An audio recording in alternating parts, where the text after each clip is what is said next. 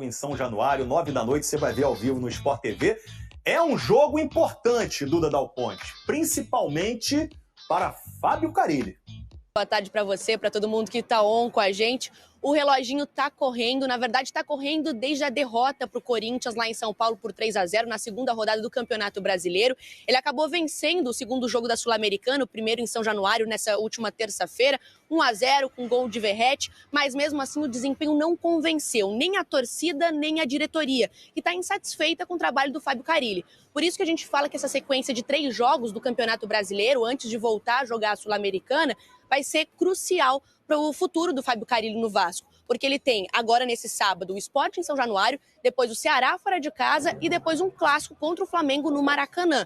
Como a diretoria não está satisfeita com esse trabalho, cada jogo é uma avaliação. E aí muito mais por desempenho, como eu falei, do que por resultado, porque se a gente pensar em resultado, o Fábio Carille chegou à terceira fase da Copa do Brasil, ainda está invicto na Sul-Americana, venceu o Santos na primeira rodada do Brasileirão e perdeu para o Corinthians. Mas essa partida contra o Sport vai ser crucial para o futuro do Fábio Carille e a sequência também, né? A gente lembra que na vitória contra o Porto Cabedelo da Venezuela na terça-feira, o Fábio Carille foi vaiado pela torcida, mas os jogadores ainda apoiam ele. Tanto é que no gol do Verratti, eles foram abraçar o treinador para mostrar união. Também na entrevista coletiva, o Carille disse que no centro de treinamento o clima é bom, mas a diretoria está avaliando jogo a jogo. E para a gente falar um pouquinho aí dessa preparação para o jogo contra o Sport, hoje o Vasco treinou pela manhã, amanhã de novo vai treinar pela manhã e vai encerrar essa preparação. A escalação deve ser a mesma do jogo, né, contra o Porto Cabedelo, com o Coutinho, que saiu com dores ali, já está tranquilo, foi só uma pancada, está treinando normalmente, ele deve estar no time titular. Joana?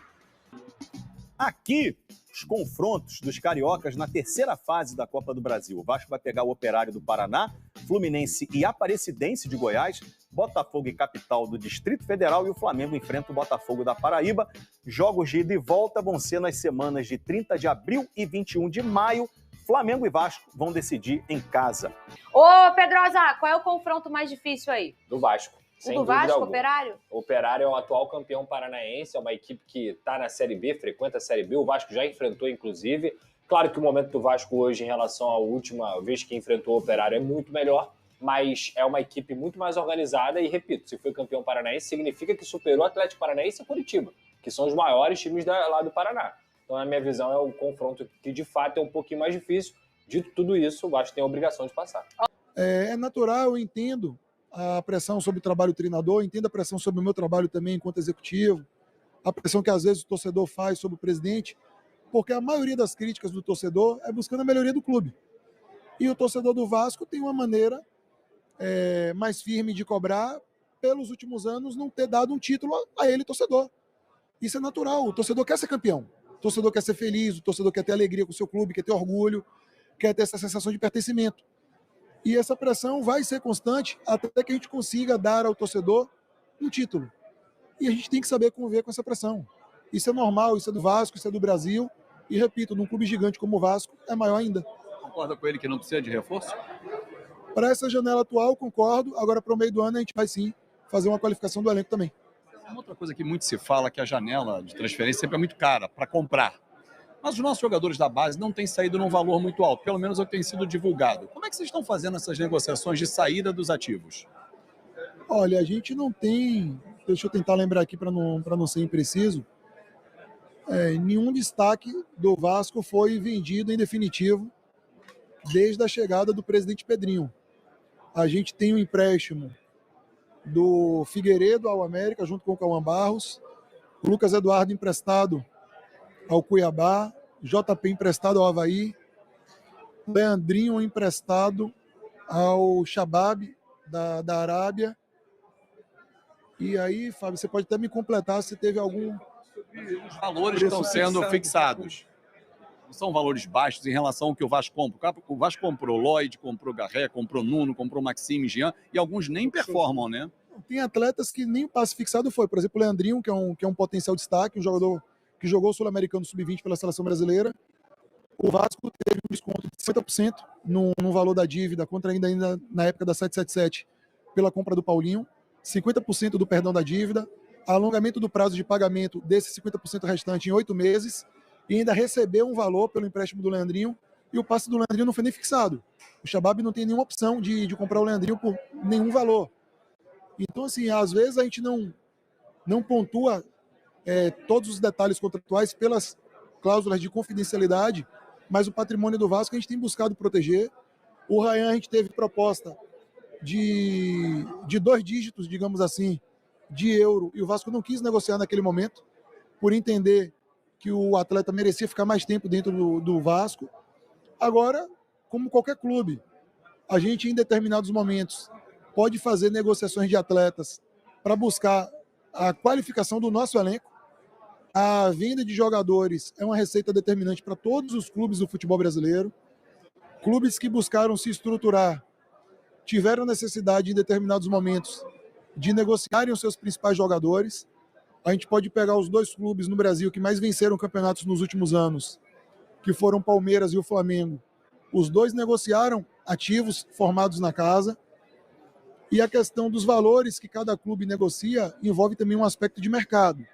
Claro que às vezes é uma conversa chata falar isso com o torcedor, mas, por exemplo, a gente ontem jogou pela Sul-Americana, foi a primeira partida internacional oficial do Vasco em 5 anos.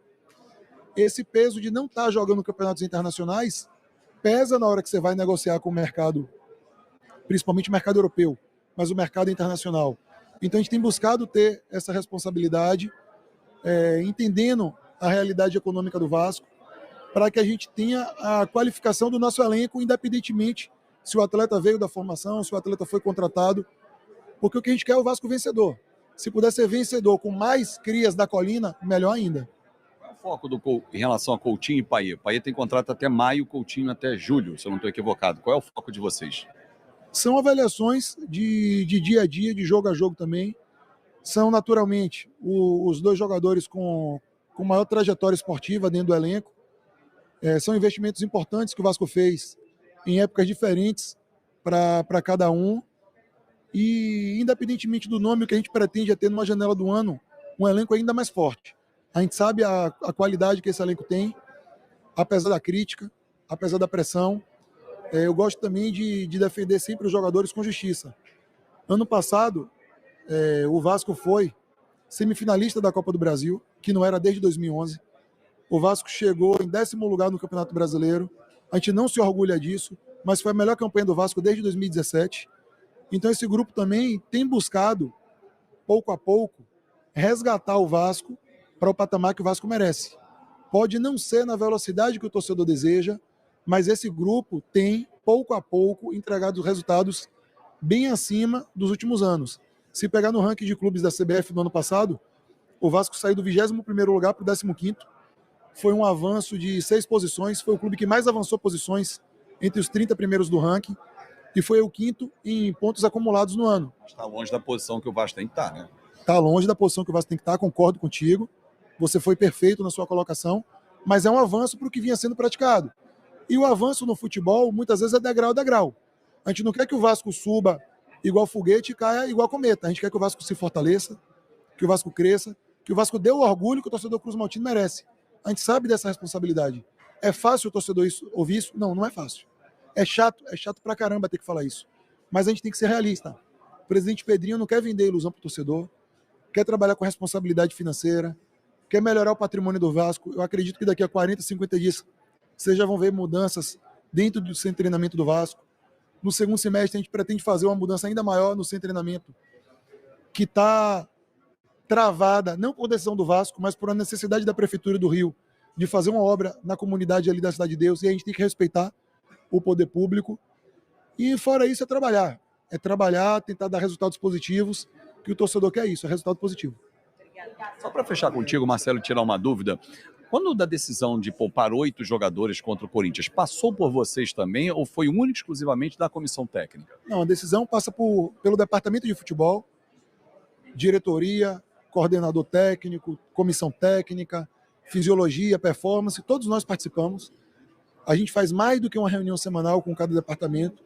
Agora, a palavra final, a decisão final, sempre cabe ao treinador. O treinador que escolhe quem são os jogadores que vão a campo ou não vão. Mas as decisões são sempre compartilhadas e a gente tem... Vocês sabiam que seriam 8?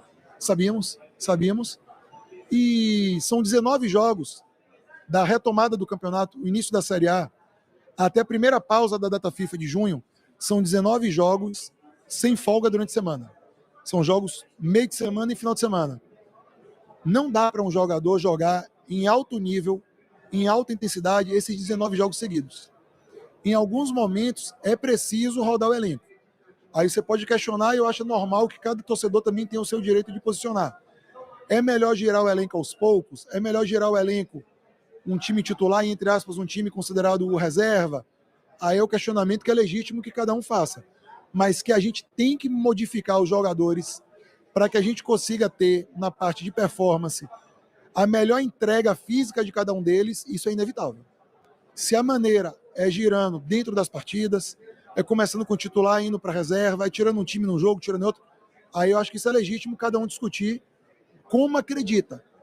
Mas eu peço que o torcedor seja equilibrado de entender essa questão de calendário, de logística. A gente vai jogar 6 partidas seguidas fora do Rio de Janeiro. A gente não tem como brigar contra essa realidade. A gente tem que se adaptar e buscar extrair o melhor retorno possível com os dados que a gente tenha para, dentro de campo, a gente dar o retorno que a gente precisa ter. Então, são decisões difíceis de tomar, mas são necessárias.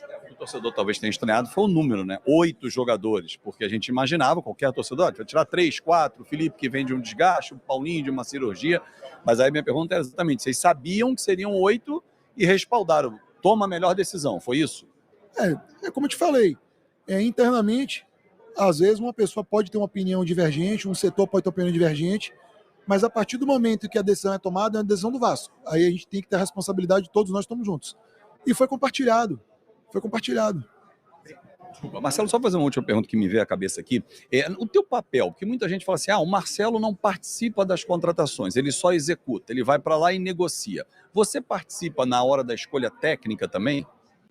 Olha, a parte técnica tem um peso maior na tomada de decisão da comissão técnica, da área de scout e do diretor técnico Felipe.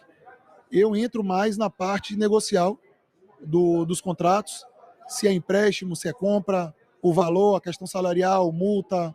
Eu entro mais nessa parte administrativa, eu cuido mais do departamento de futebol, dessa parte, digamos, a parte mais chata do futebol, né?